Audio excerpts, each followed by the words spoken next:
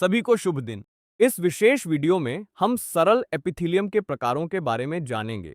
तो हम जानते हैं कि सरल एपिथेलियम को 5 भागों में बांटा जा सकता है।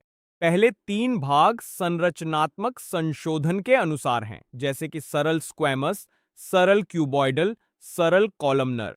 इसके बाद संशोधित प्रकार आते हैं, जैसे कि सिलिएटेड एपिथेलियम और ग्रंथि एपिथेलियम। ये दोनों एपिथेलियम क्यूबॉइडल या कॉलमनर कोशिकाओं के संशोधित रूप हैं।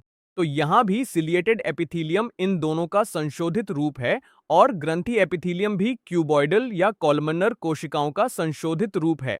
यहां ध्यान देने वाली बात यह है कि स्क्वैमस कोशिकाओं में सिलिया नहीं हो सकते और न ही स्क्वैमस कोशिकाएं ग्रंथि एपिथेलियम बना सकती हैं। केवल क्यूबॉइडल या कॉलमनर कोशिकाएं ही इन संशोधनों का निर्माण करेंगी। अब सिलिएटेड एपिथेलियम की बात करें तो यदि इन कोशिकाओं की सतह पर छोटे बाल जैसे प्रक्षेपण मौजूद हों, तो उन छोटे बाल जैसे प्रक्षेपणों को सिलिया कहा जाता है। और यदि सतह पर सिलिया मौजूद है, तो हम इसे सिलिएटेड एपिथेलियम कह सकते हैं। आइए इसे इस विशेष चित्र में देखें। यहां शुरू में अगर हम देखें तो एकल परत मौजूद है। अगर एकल परत मौजूद है तो यह सरल एपिथेलियम का उदाहरण होगा। कोशिकाएं लंबी और पतली हैं, स्तंभ जैसी कोशिकाएं हैं, इसलिए यह कॉलमनर एपिथेलियम होगा। अब अंत में अगर हम इस सतह को देखें तो यहां छोटे बाल जैसे प्रक्षेपण मौजूद हैं और ये बाल जैसे प्रक्षेपण सिलिया हैं, इसलिए यह सिलिएटेड कॉलमनर एपिथेलियम का उदाहरण होगा। सिलिया या सिलिएटेड एपिथेलियम के कार्य की बात करें तो इसका कार्य यह है कि ये कणों या म्यूकस को एक विशेष दिशा में ले जाते हैं। उदाहरणों की बात करें, ये सिलिया आमतौर पर खोखले अंगों की भीतरी सतह पर पाए जाते हैं। पहला उदाहरण ब्रोंकियोल्स है और दूसरा उदाहरण फॉलोपियन ट्यूब्स है। अब अगर हम ब्रोंकियोल्स की बात करें तो बहुत सारा धूल और रेशे हमारे श्वसन तंत्र में हवा के साथ चले जाते हैं। अब ब्रोंकियोल्स के अंदर ये सिलिया क्या करेंगे, ये विपरीत दिशा में हिलेंगे और धूल को बाहर निकाल देंगे। इसी तरह अगर हम फॉलोपियन ट्यूब्स की बात करें तो फॉलोपियन ट्यूब्स में ओवा होते हैं जो इसके अंदर मौजूद रहते हैं। अब हम अच्छी तरह जानते हैं कि ओवा गतिहीन होता है और ओवा फॉलोपियन ट्यूब्स में सिलिया की मदद से चलता है। तो इस तरह से हमारे शरीर में सिलिएटेड एपिथेलियम काम करता है। अगला एपिथेलियम है ग्रंथि एपिथेलियम। अब यह भी या तो क्यूबॉइडल या कॉलमनर कोशिकाओं का एक रूपांतरण है जो अपना कार्य बदलकर स्राव के लिए विशेषीकृत हो जाती है। अब हम इस ग्रंथि एपिथेलियम को 2 प्रकारों में विभाजित कर सकते हैं। पहले प्रकार में हम इसे स्राव के बाहर निकलने के तरीके के आधार पर विभाजित करेंगे और दूसरे प्रकार में हम इसे कोशिकाओं की संख्या के आधार पर विभाजित करेंगे।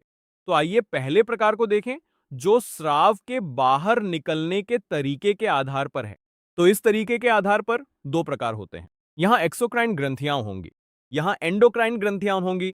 तो एक्सोक्राइन ग्रंथियां वे ग्रंथियां हैं जिनमें नलिकाएं या ट्यूब्स होती हैं, इसलिए हम कह सकते हैं कि ये डक्ट ग्रंथियां हैं।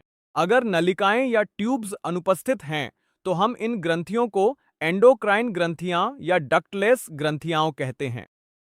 इन दोनों प्रकार की ग्रंथियों द्वारा छोड़े जाने वाले उत्पादों की बात करें तो पहले मामले में उत्पाद नलिकाओं या ट्यूब्स के माध्यम से छोड़ा जाएगा क्योंकि वे मौजूद हैं। लेकिन एंडोक्राइन ग्रंथियों के मामले में, जैसा कि हमने बात की थी कि नलिकाएं अनुपस्थित थीं, तो स्राव सीधे उस द्रव्य में छोड़ा जाएगा जो ग्रंथि को स्नान करा रहा है।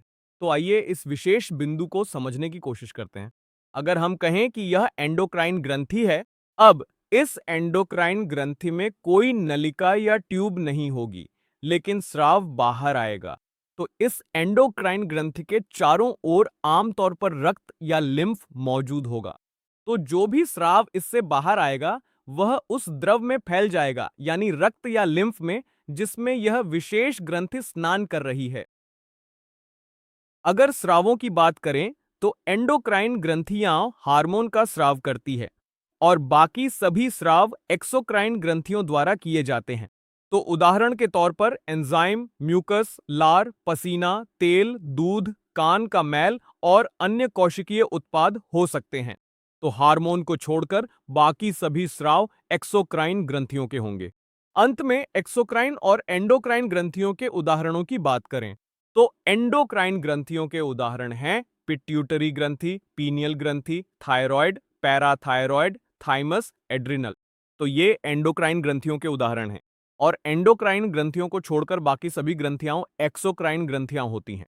तो हम कह सकते हैं पाचन ग्रंथियां, लार ग्रंथियां, पसीने की ग्रंथियां, स्तन ग्रंथियां, ये सभी एक्सोक्राइन ग्रंथियों के उदाहरण होंगे। तो यह ग्रंथीय उपकला को वर्गीकृत करने का पहला तरीका है। दूसरा तरीका कोशिकाओं की संख्या के आधार पर है। अगर ग्रंथि में केवल एक ही कोशिका है तो हम उसे एक कोशिकीय ग्रंथि कहते हैं, और अगर ग्रंथि में कोशिकाओं का समूह या कई कोशिकाएं हैं तो हम उसे बहुकोशिकीय ग्रंथि कहते हैं। तो आइए यहां दिए गए चित्रों को देखें। तो पहले मामले में यह एक कोशिकीय ग्रंथि का उदाहरण है। तो यहां प्रत्येक कोशिका यह एक कोशिका है और यह एक कोशिकीय ग्रंथि का उदाहरण है। तो इस चित्र में हम कह सकते हैं कि यहां 3-4 एक कोशिकीय ग्रंथियां उपस्थित हैं। तो ये किसी अन्य कोशिका पर निर्भर नहीं होंगी। एक अकेली कोशिका ही स्राव करने में सक्षम होगी।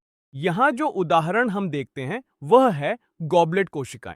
गॉबलेट कोशिकाएं म्यूकस का स्राव करती हैं और ये एक कोशिकीय ग्रंथियों में आती हैं। अब गॉबलेट कोशिकाओं के अलावा अधिकांश ग्रंथियां बहुकोशिकीय ग्रंथियों के उदाहरण हैं और यह बहुकोशिकीय ग्रंथि का चित्र है।